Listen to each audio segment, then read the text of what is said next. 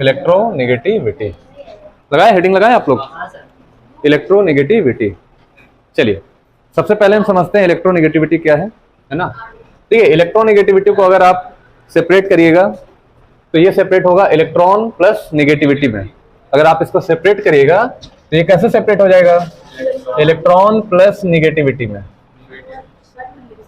ठीक है, अब देखिए इलेक्ट्रॉन प्लस नेगेटिविटी का क्या मतलब है कि कोई भी एटम, ठीक है, जब किसी बॉन्डेड सिचुएशन में अगर दूसरे एटम से बॉन्डेड इलेक्ट्रॉन अपनी तरफ खींचेगा तो इस वाले टेंडेंसी को हम इलेक्ट्रोनेगेटिविटी कहते हैं। बात समझ रहे हैं?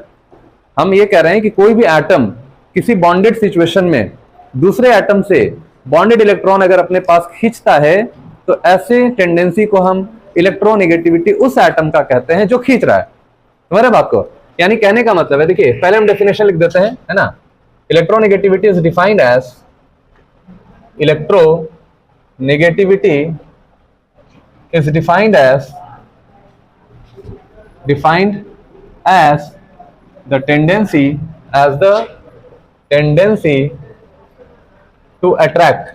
to attract the bonded pair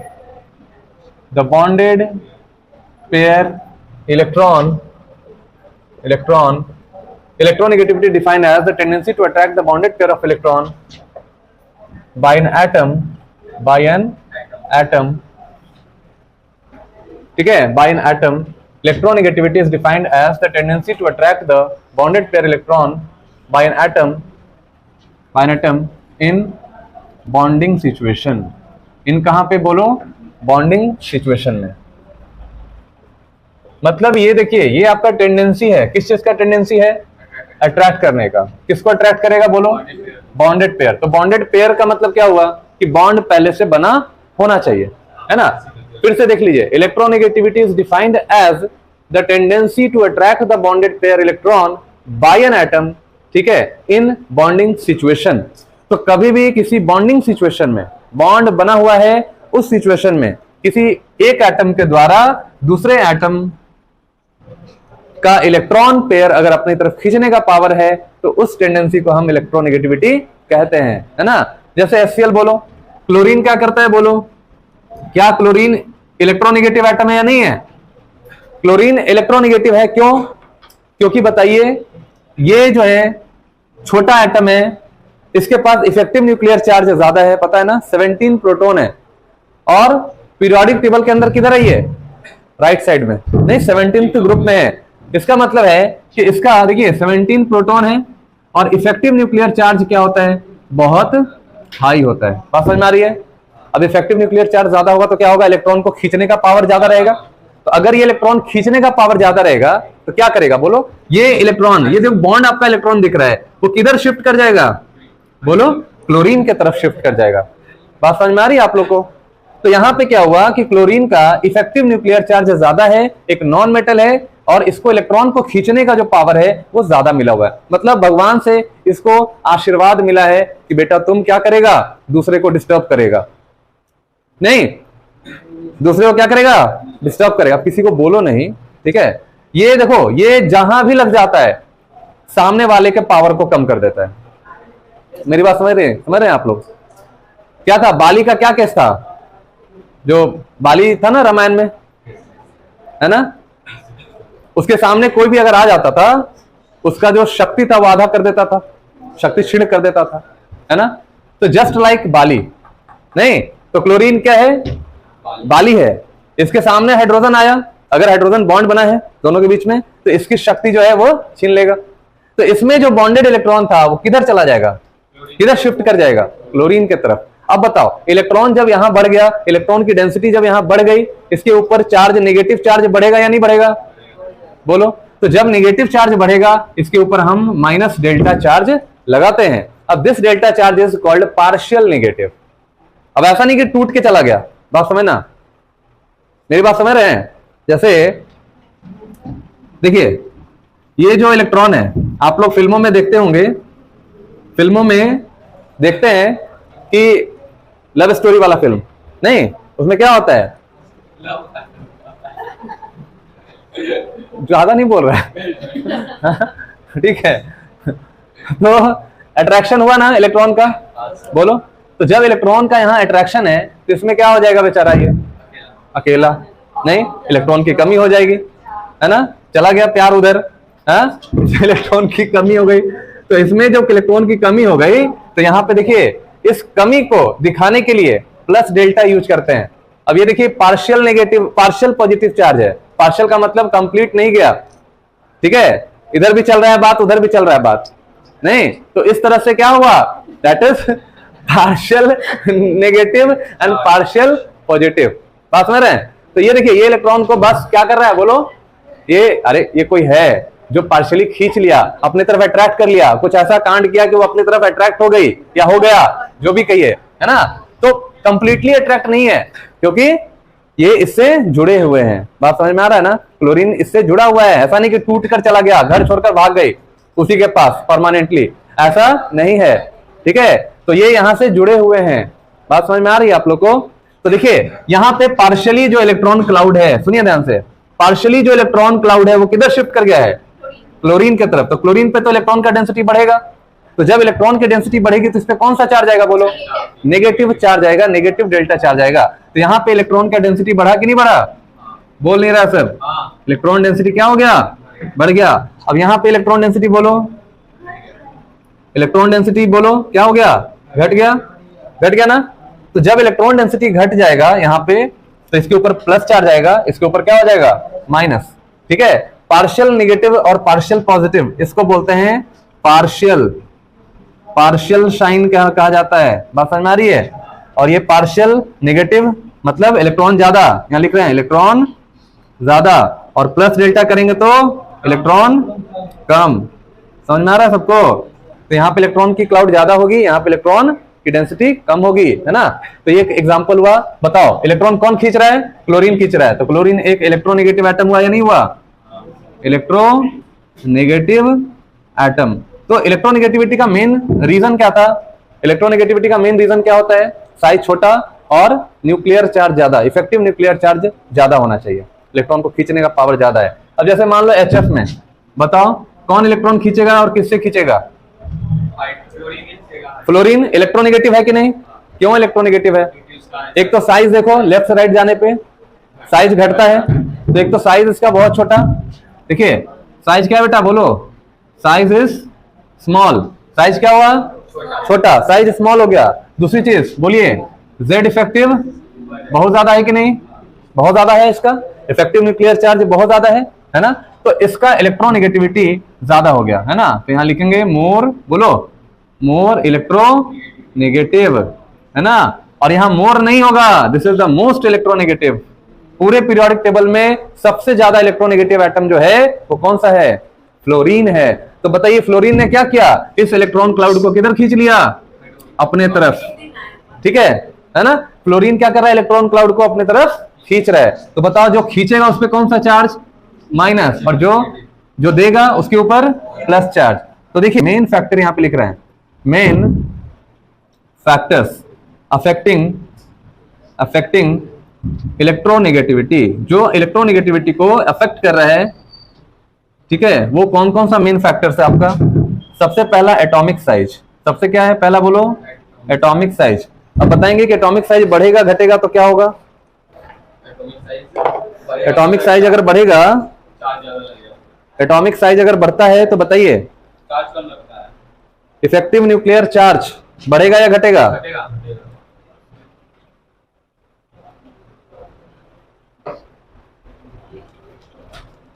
देखिए एटॉमिक साइज, बताइए एटॉमिक साइज, देखिए एटॉमिक साइज अगर छोटा होगा, ध्यान से देखेंगे, तो इफेक्टिव न्यूक्लियर चार्ज क्या हुआ, बढ़ेगा ना। जैसे जैसे साइज छोटा होगा इफेक्टिव न्यूक्लियर चार्ज बढ़ेगा, या ऐसे कह सकते हैं कि इफेक्टिव न्यूक्लियर चार्ज बढ़ेगा तो साइज घटेगा। अच्छा, साइज अगर छोटा होगा, सुनिए, साइज छोटा होगा इफेक्टिव चार्ज बढ़ेगा, तो ये बताओ क्या इसका इलेक्ट्रोनेगेटिविटी बढ़ेगा या घटेगा, इलेक्ट्रोनेगेटिविटी बढ़ेगा ना बेटा, इलेक्ट्रोनेगेटिविटी बढ़ेगा, ठीक है। तो याद रखिएगा कि जो इलेक्ट्रोनेगेटिविटी है इलेक्ट्रोनेगेटिविटी बढ़ेगा अगर Z इफेक्टिव या एटॉमिक साइज घटेगा। इनवर्सली प्रोपोर्शनल टू क्या लिखोगे? Atomic size. ये सारा फैक्टर्स, जितना भी फैक्टर है, चाहे तुम्हारा फैक्टर साइज के अंदर था, आयोनाइजेशन एनर्जी के अंदर था, इलेक्ट्रॉन एफिनिटी के अंदर था, और अब आपका इलेक्ट्रोनेगेटिविटी के अंदर है। सारा फैक्टर्स अफेक्टिंग याद रखिएगा कि एटॉमिक साइज का कौन कौन सा फैक्टर था जो अफेक्ट कर रहा था, आयोनाइजेशन एनर्जी का कौन कौन सा फैक्टर था, सारा लिखवाया हुआ है आपको, है ना। तो ये मेन फैक्टर है आपका, जिसमें एटॉमिक साइज सबसे पहला। दूसरा बोलो, दूसरा जो मेन फैक्टर है वो है Z इफेक्टिव। ठीक है, तो बताओ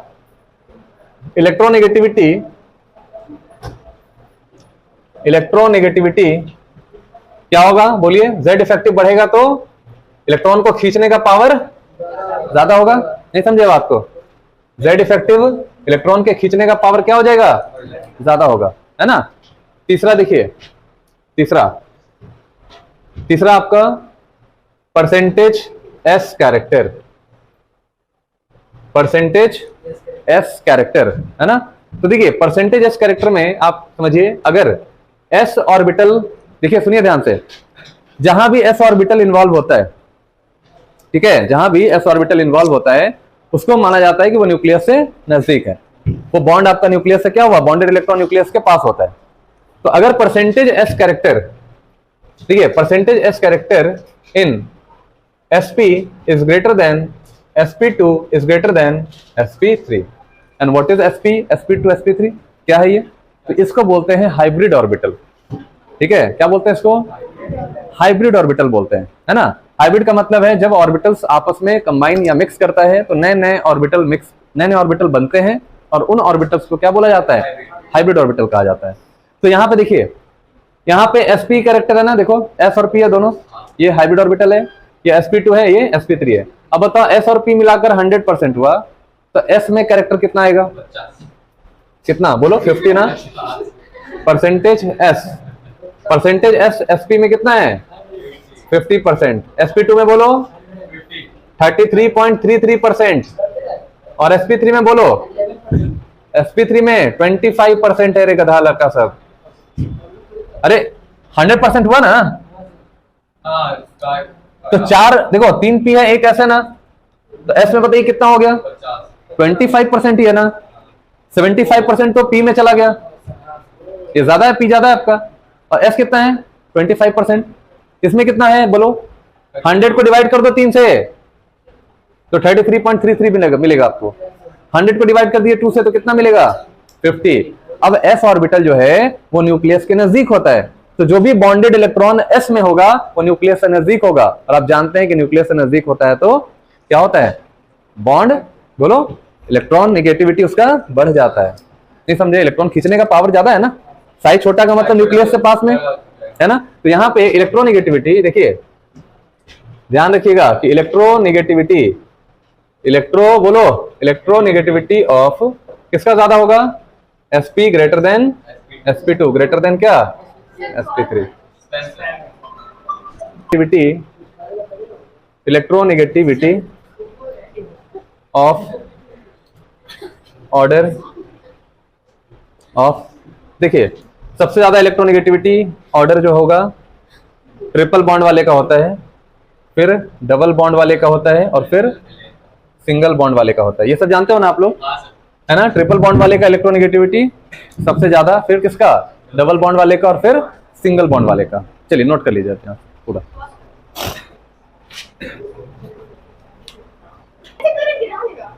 चलो देखिए परसेंटेज, देखिए परसेंट S कैरेक्टर का क्या मतलब है? जितना ज्यादा S कैरेक्टर होगा, S कैरेक्टर का मतलब S ऑर्बिटल कहां होता है? न्यूक्लियस से नजदीक होता है। तो S कैरेक्टर जितना ज्यादा होगा, आप समझिएगा उतना ही ज्यादा इलेक्ट्रॉन को अपनी तरफ अट्रैक्ट करेगा। समझ में आ रहा है? तो यहाँ पे देखिए 3 टाइप का हाइब्रिड ऑर्बिटल्स होता है ना। अभी हमारे को यही 3 चाहिए बस, और कुछ नहीं। अभी हमारा sp, sp2 और कितना? sp3 है। देखिए इसमें क्या है? दोनों मिलाकर 100%। तो आप बताओ परसेंटेज ऑफ S कितना होगा इस वाले में? 51 है। इसमें बताइए sp2 है तो 33.33% है। इसमें बताइए कितना है? 25% है। तो जितना ज्यादा परसेंट एस रहेगा उतना ही ज्यादा इलेक्ट्रोनेगेटिविटी भी रहेगा, इलेक्ट्रॉन को खींचने का टेंडेंसी उतना ज्यादा रहेगा। क्यों? ज्यादातर इलेक्ट्रॉन जो है वो एस के नजदीक रहेगा। 50% एस कैरेक्टर है, मतलब एस के नजदीक में, न्यूक्लियस के नजदीक में ऐसी रहता है, और बॉन्ड इलेक्ट्रॉन एस ऑर्बिटल में ज्यादा है। ये समझे बात को?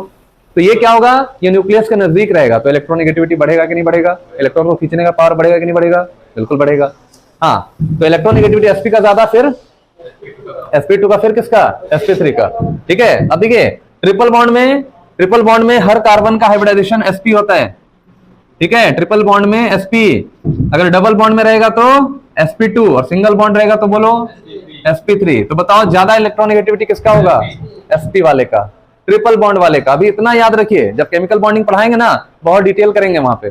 ठीक है, चलिए ये समझ गए यहाँ पे, ये सब क्लियर है ना यहाँ पे?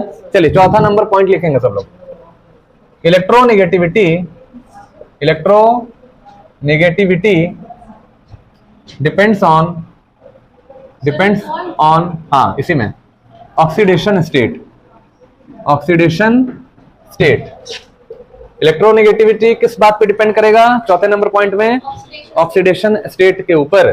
देखिए मान लीजिए हमारे पास Fe का 2 वैलेंसी +2 और Fe का +3, ठीक है ना?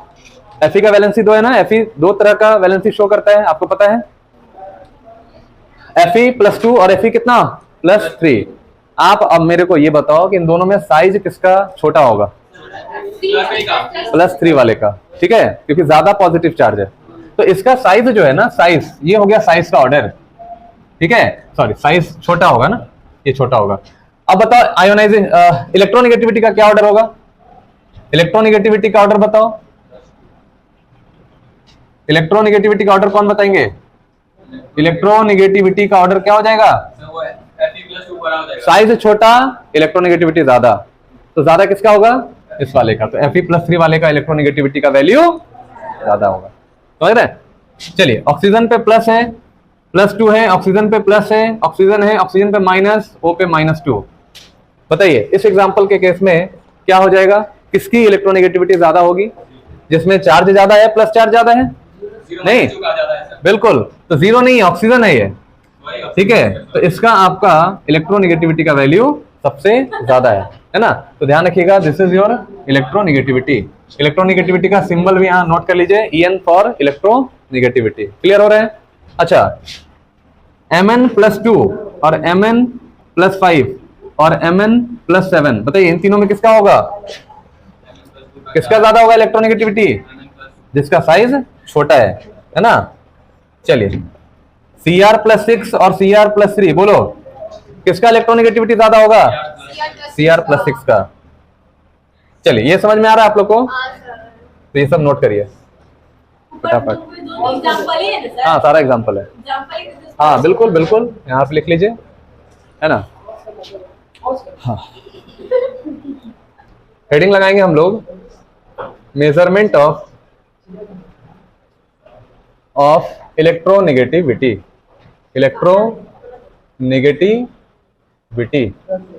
Measurement of electronegativity. देखो जो बहुत ही फेमस जो मेजरमेंट का जो तरीका है, फेमस जो आपका famous way to measure electronegativity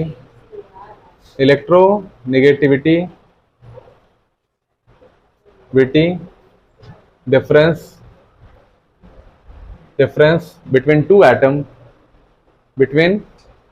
atoms is Pauling scale. It is given by Linus Pauling। ठीक है, तो लिनस पॉलिंग नाम के साइंटिस्ट ने पॉलिंग स्केल बनाया जो मेजर करेगा किसको? इलेक्ट्रोनेगेटिविटी डिफरेंस को, है ना? तो देखिए यहां पे इन्होंने, मान लीजिए इन्होंने, देखिए ध्यान से समझिएगा, difference of electronegativity 0.0107 root over delta. This is the formula, याद रखेंगे यहाँ पे, ये हमारा फॉर्मूला हो गया to find the difference of electronegativity between two atoms. ठीक है, जहां पे this is called your chi. What is this? This is your chi, है ना। इसको प्रोनाउंसिएशन करेंगे ना, काई, KII, ऐसे बोलिएगा। ठीक है, अब ये है क्या? This is your electronegativity of A, है ना। ये क्या हुआ हमारा? इलेक्ट्रोनेगेटिविटी ऑफ, बोलो, ए। और काई बी क्या है, बोलो? काई बी इलेक्ट्रोनेगेटिविटी ऑफ किसका? बी का। ठीक है, इलेक्ट्रोनेगेटिविटी डिफरेंस निकालना है, तो दोनों का इलेक्ट्रोनेगेटिविटी डिफरेंस आप यहाँ निकाल सकते हैं। एक्स नहीं है, काई बोला जाता है इसको, काई, काई, KII। काई नाम प्रोनाउंसिएशन है, इंडिया के तो है नहीं है, इंडिया के तो है नहीं, है ना, तो बाहर की तरह ही नाम रहेगा, यहाँ पे काई है ना, इसको काई बोला जाता है ना। एक्स टाइप को, एक्स को ही थोड़ा घुमा दो ना, यहाँ पे हो जाएगा। तो इलेक्ट्रोनेगेटिविटी ए, इलेक्ट्रोनेगेटिविटी बी, तो दोनों का डिफरेंस निकालना है। उसके लिए क्या फॉर्मूला है? 0.107 रूट ओवर डेल्टा। अब ये डेल्टा क्या है वो देखिए, डिफरेंस मतलब दोनों का जो अंतर आएगा वो निकालना है आपको। दो एटम जुड़ा रहेगा ना, आप इलेक्ट्रोनेगेटिविटी कहाँ निकालते हैं? बॉन्डिंग सिचुएशन में। तो एक एटम जुड़ा हुआ है, जैसे HCl में क्या था? Cl जुड़ा हुआ था, Cl का इलेक्ट्रोनेगेटिविटी और H का इलेक्ट्रोनेगेटिविटी, दोनों का जो डिफरेंस आएगा वही निकालना है ना। तो हमें यहाँ पे नहीं पता, हमें एग्जैक्ट वैल्यू पता ही नहीं था क्या होगा डिफरेंस। तो ये फॉर्मूला दिया गया जिससे कि हम क्या कर सकते हैं? इलेक्ट्रोनेगेटिविटी डिफरेंस निकाल सकते हैं। बात समझ में आ रही है आप लोग को? तो देखिए यहाँ पे डेल्टा का जो वैल्यू है वो हम अभी निकालने वाले हैं। सर एक बार वो फॉर्मूला को बता दीजिए। काई, काई, उसके बाद आने वाला डेल्टा, हाँ, दिस इज योर डेल्टा। इसको डेल्टा थोड़ा एस टाइप से था ना, वो अलग है ना, ये लार्ज डिफरेंस है, वो स्मॉल चेंज था। स्मॉल के लिए पार्शियल वाला साइन लगाते हैं।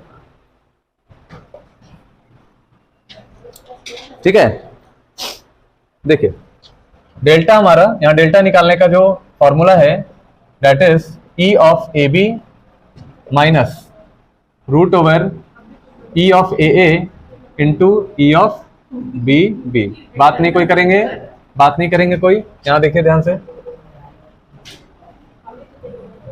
ठीक है, तो हमें किनके बीच का डिफरेंस चाहिए? हमें AB के बीच का डिफरेंस चाहिए। ठीक है, यहाँ पे हर जगह क्या है आपका? AB लिया गया है। मतलब अगर हमारे पास एक कंपाउंड दिया गया है AB नाम का, तो हमें डिफरेंस किसके बीच में चाहिए? AB के बीच में चाहिए, है ना। तो AB का डिफरेंस है, A कहां से आया होगा बोलो? ध्यान से देखो, A2 प्लस B2 क्या दिया होगा आपको? 2AB दिया ना, दिया ना। यहाँ पे A2 प्लस B2 क्या दे दिया? 2AB यहाँ पे आपको दे रहा है। ठीक है, 2AB दे रहा है। अब यहाँ पे देखिए E क्या है? What is E?